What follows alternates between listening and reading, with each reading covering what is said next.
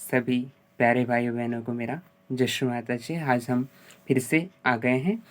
तो आज हम किसके बारे में बताएं ये हमें पता नहीं चल रहा, पर हम जो आपने कमेंट किए थे डिस्क्रिप्शन बॉक्स में, तो उसी से हम कुछ कुछ हम आज बताने जा रहे हैं।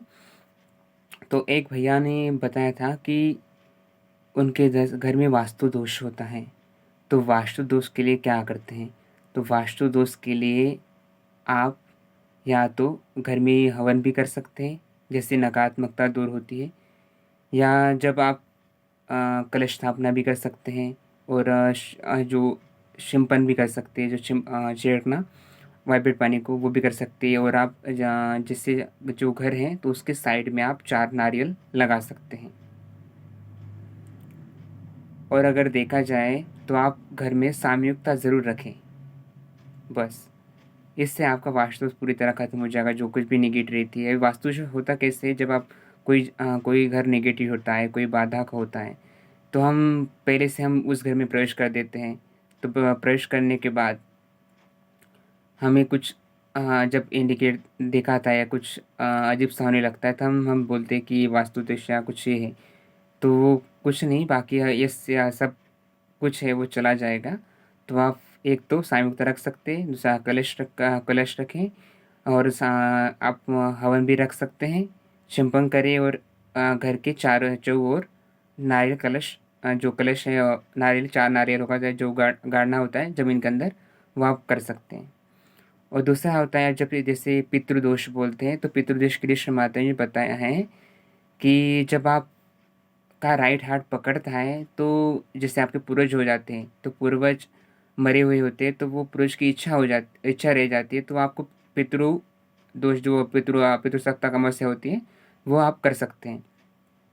उसके लिए आपको जो सहज विधि के बारे में बताया, कृष्ण माता ने बताया कि वहाँ कुछ नहीं है, बस जो घर जो आसपास के लोग होते हैं या बाकी के लोग होते हैं, उनको खाना खिलाना होता है। ऐसा कुछ नहीं है कि पंडितों को बुलाओ, ब्राह्मण को बुलाओ ऐसे, और उनको ये वो दो ये दो, ऐसा कुछ नहीं होता। और जैसे आपका अगर राइट हैंड पकड़ा हो तभी आप ये कर सकते हो। और हाँ, 13वीं और 14वीं जो रहती है, वो आप बिल्कुल डेफिनेटली करनी चाहिए। और दूसरी बात, अगर हाँ, दूसरी एक बताते हैं, जैसे छोटी छोटी बातें बताते हैं कि ये जो हमारा कुमकुम लगा हुआ है, ये कुमकुम 5 तत्वों से होता है। जैसे श्री माता ने बताया कि जब हम जो कुमकुम लगाते हैं, 5 तत्वों से प्लावित है, माने कि इसमें 5 तत्व होते हैं इस कुमकुम में।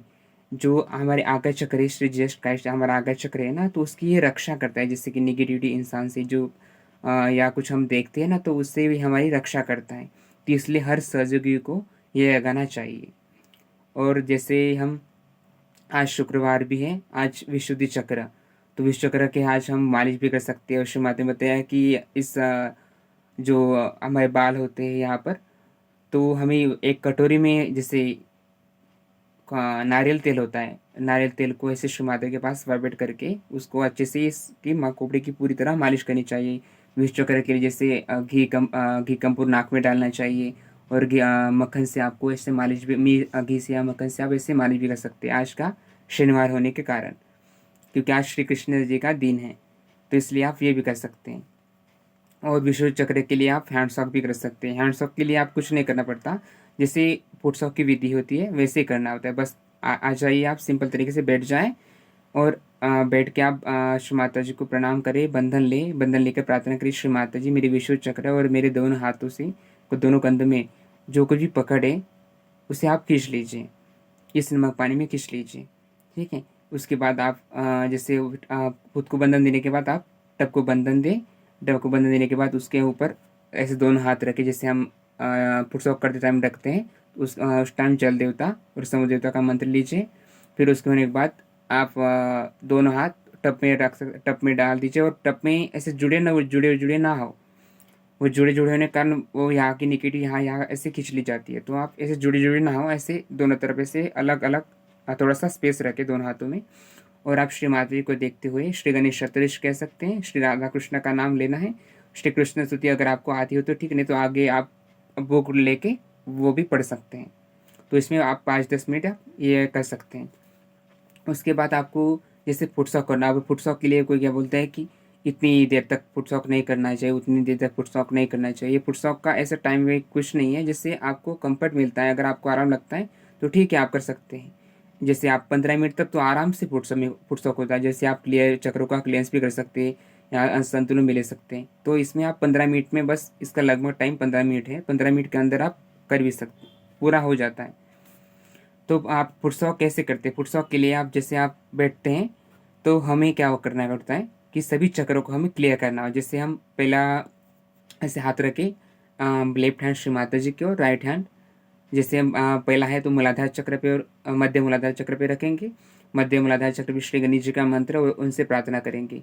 फिर लेफ्ट मूलाधार पे आएंगे, लेफ्ट मूलाधार पे श्री निर्मल गणेश का मंत्र और उनसे प्रार्थना करेंगे। फिर राइट मूलाधार में आएंगे श्री महाकार्तिकेय का और प्रार्थना करेंगे। ऐसे होकर हमें मध्य लेफ्ट राइट करके से सभी चक्रों को हमें आना है यहाँ पर।